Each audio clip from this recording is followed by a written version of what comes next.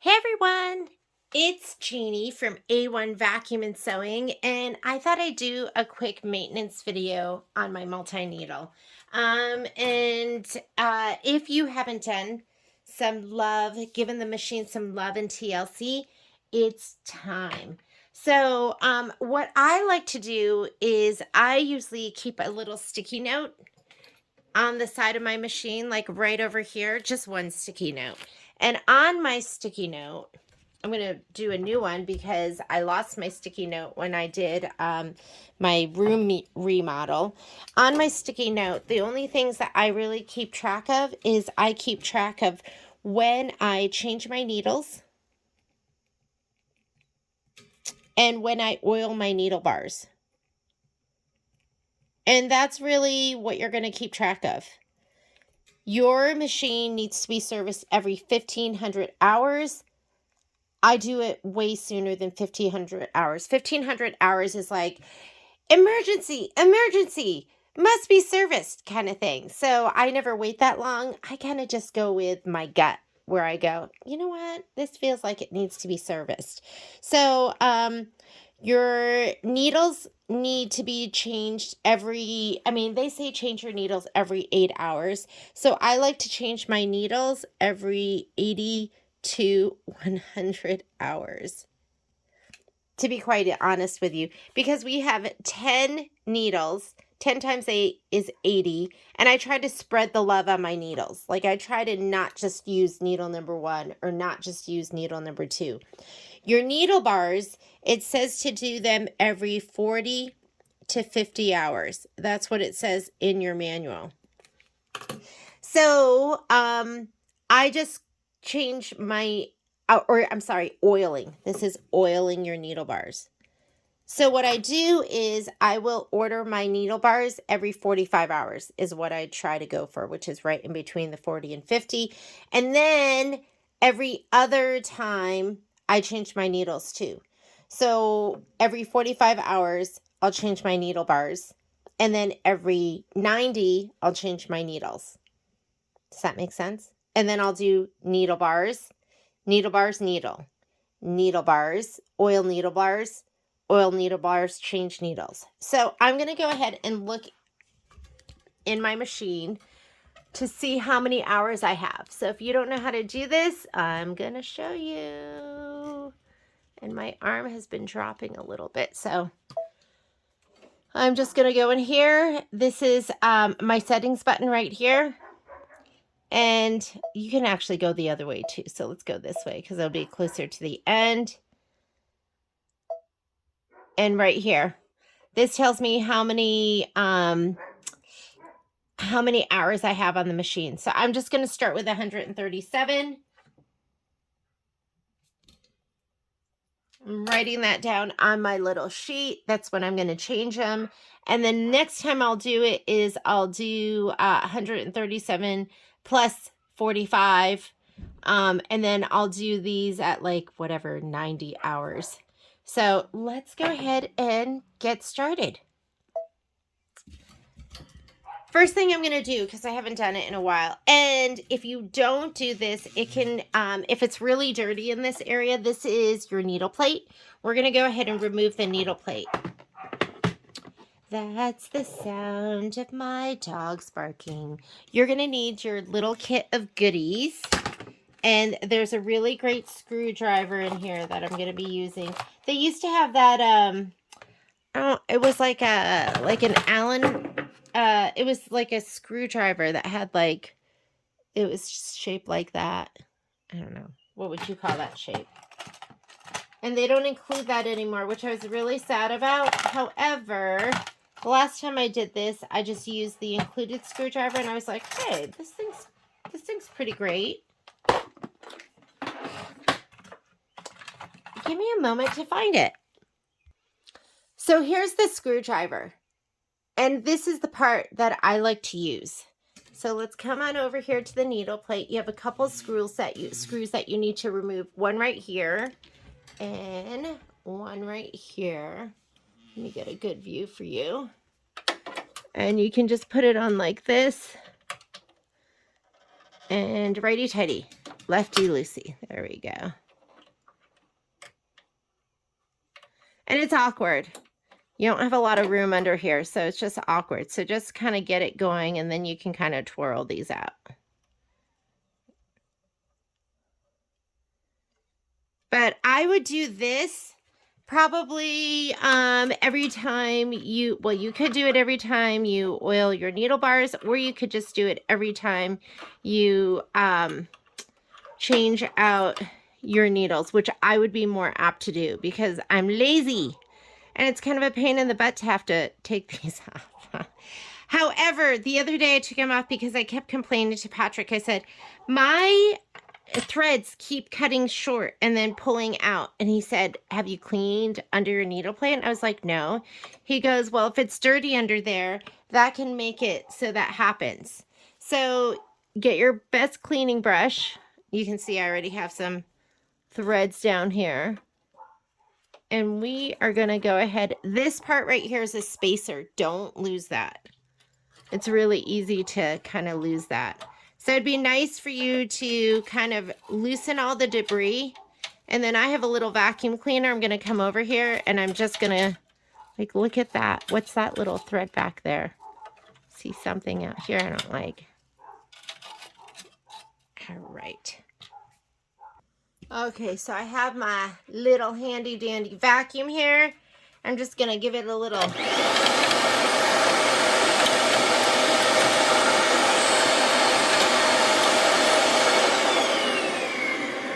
I thought I was filming and I wasn't, so I'm going to redo this part. So now I'm going to put everything back together. First, I'm going to put on my spacer. Spacer goes on just like that. Then I'm going to put on my needle plate. Sorry. It's hard because it's always tight spaces. I'm going to put on my 2 screws. I say hand screw them as much as you can and then use your screwdriver. It's just awkward. There's not a lot of room down here. And then I just kind of twirl them.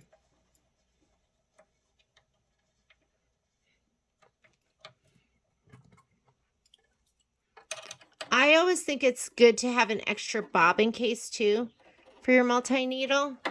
I have had them just like lose their tension before. And while we're talking about that, why don't we go ahead and clean out our bobbin case? So here's my bobbin case right here.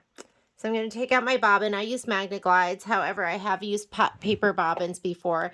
And they used to come with Coates & Clark bobbins. So, can kind of push it off because there is the magnet there. I'll just give this a little, brush out. If you are ever stitching and then all of a sudden you lose tension, sometimes you get a little tiny piece of lint. And the tiny piece of lint goes right in here.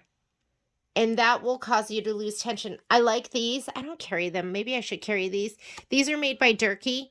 And this is a bobbin case cleaner. Maybe I'll order them next time. And you can just take it. You put it underneath the tensioning arm. And you just kind of pull it out like that.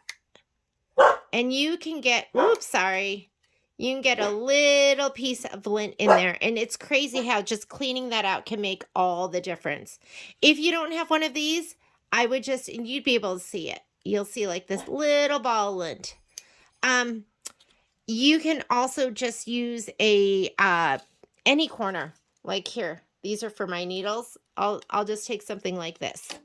Or I'll take a Post-it note and I'll fold it in half and just run a quarter under there. Or a business card, okay? You don't need this fancy bobbin cleaner that I have here. But these do come, I think, in a 2-pack. And next time I order spray, I'll get some of these. So we'll have those. Okay, I'm going to go ahead and put my bobbin back in. I love Magnet Glides because it has the magnetic part here, so you never have to go, did I put it in right? And just pull it in there. Now we're ready to iron. Now we're ready to let's go ahead and we are going to oil our needle bars. There we go. So this is my favorite oil. This is Zoom, and it's just clear white sewing machine oil, and I like it because it has this flexible nozzle that you can kind of position wherever you want. When you're not using it, always store it with the red tip on it, or else it'll kind of bubble over and it's gross. So the screen we need to go to is going to be this screen right here. So you're going to touch that button, and we're going to just start with, let's do needle bar number 2. The reason we're going to do needle bar number 2 is because you can push down or pull down on either side, the right or the left side.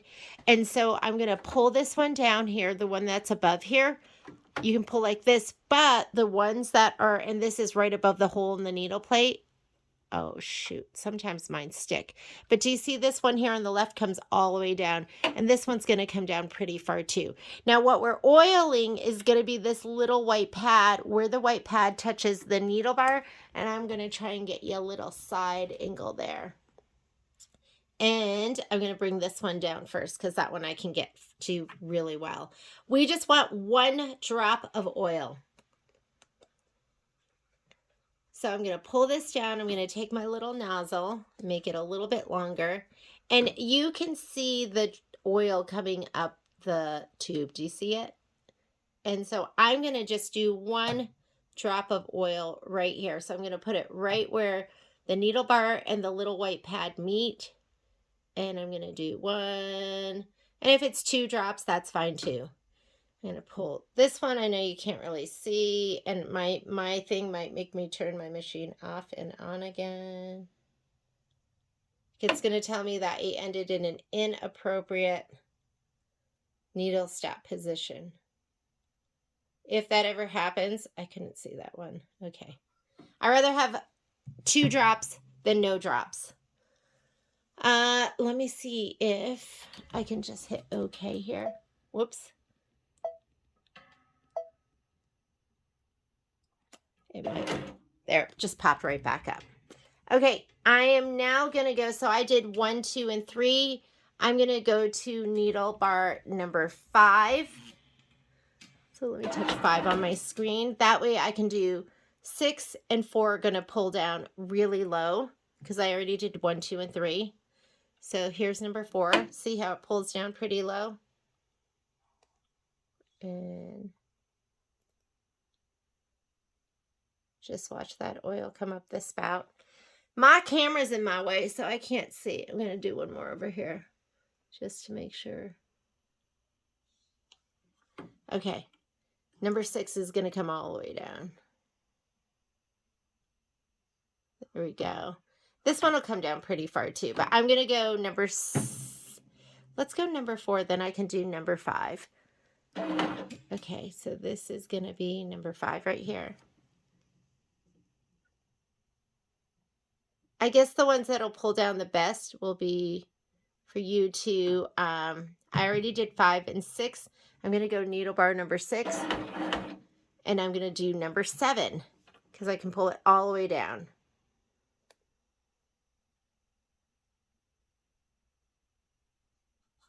Now I'm going to do number 7, but I'm going to oil number 8.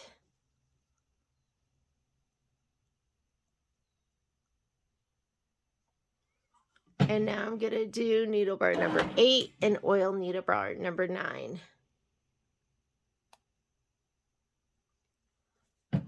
And needle bar number 9, but I'm going to oil number 10. So whatever is right to the left.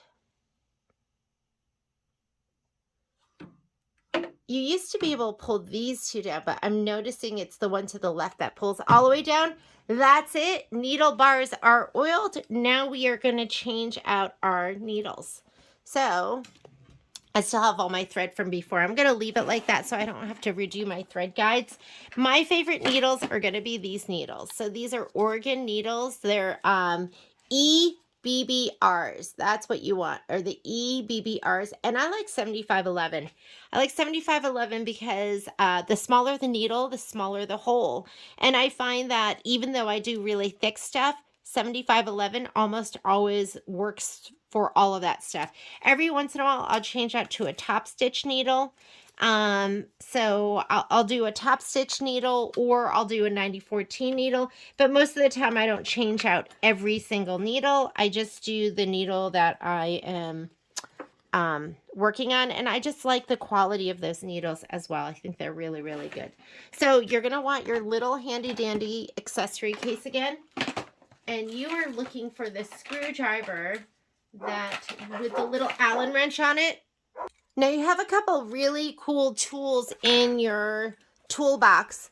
This one, of course, you can use that for getting your thread behind your thread guide. But this one, it's dual purpose, because if you push up on it, look, that comes up, like it's kind of like a plunger. That comes up, and you can use that to change out your, see how it holds onto your needle. So this one here is solely for changing out your needles. It's your like a needle exchange tool, and you can just open that up and just it holds your needle, which is pretty fantastic.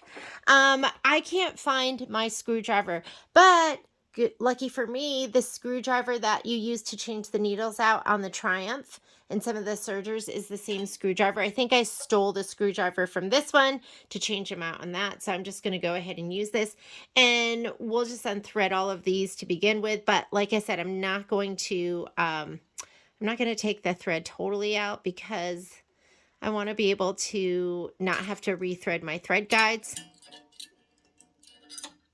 And when you go to remove the screw, you have this little spot here. That's where you're doing it. You're just going to rotate that 2 or 3 turns.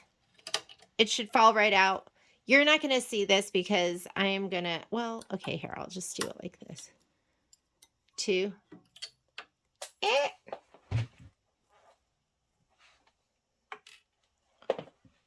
I guess that's really easy to just do this so you can see it, but that's your little screw hole. Seriously, 2 or 3 turns, and that's all you need. Let me move my needle position. I'm going to go to needle position number 6 now. Now this will pull down.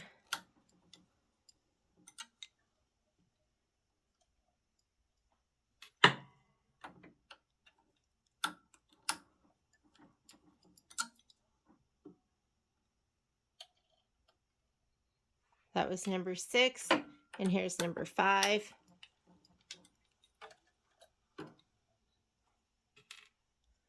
Four won't come down, so I'm going to go to needle number 3. And I stay on this screen right here, which is where you can select the needles that you're working on. So that's the screen I'm on right now.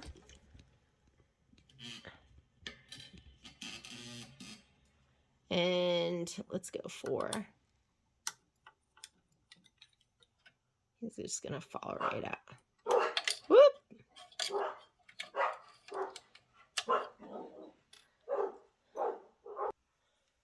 I'm going to do number 3.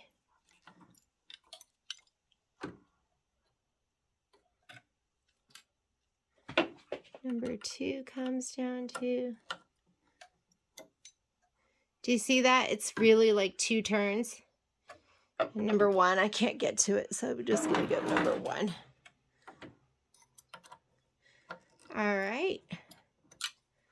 Now we're going to go ahead and put in the new needles. All right, you have a sight window, and just take these and make sure you put them in the same bag that you're getting the other ones out of. And I'm just going to go ahead and grab my needles, and let's put these in one at a time. I feel like Oregon's just a brand that you can trust, although there's other needles out there. So here we go.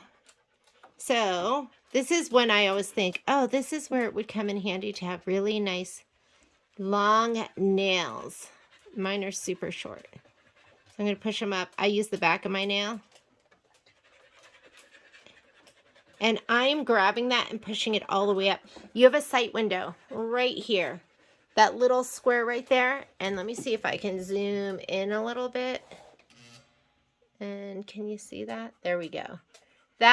What you're seeing right there is the top of the needle. So you always want to make sure, see it? You always want to make sure it is all the way up. See that? So get it all the way up there. I just hold it with my fingers. I'm going to grab my screwdriver, but I'm kind of OCD about it, and I make sure it hits a couple of times. And then we're going to go ahead and tighten that up. if ever you're skipping stitches or you hear it clicking, that could be because that is not all the way up. Let's do number 2.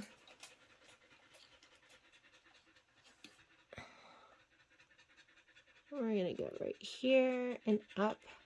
And this is a good time for you to use that little plunger tool. So you could use this. I usually use the back of my nail, but you could grab this and make sure he's all the way up there.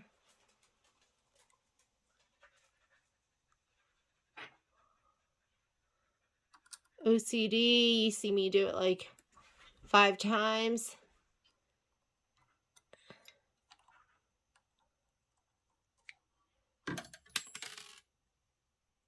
Did you hear that? It just came right up. Obviously didn't tighten that up enough. Better right now than in the middle of my embroidery.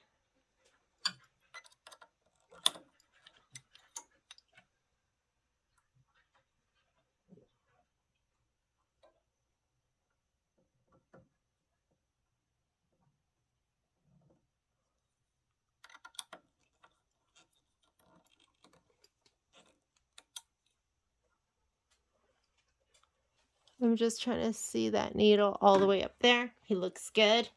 And when you go to thread it, if your needle's not in the right spot, it's not going to thread. Here's my number 3.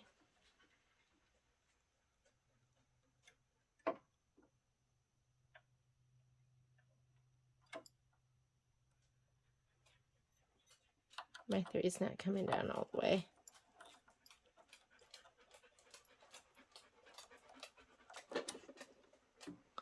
And that looks good too.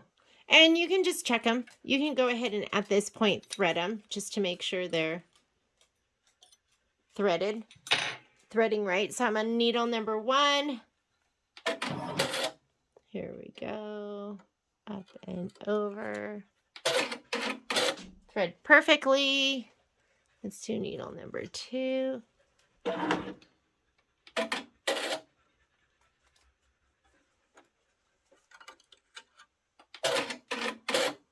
And needle number 3.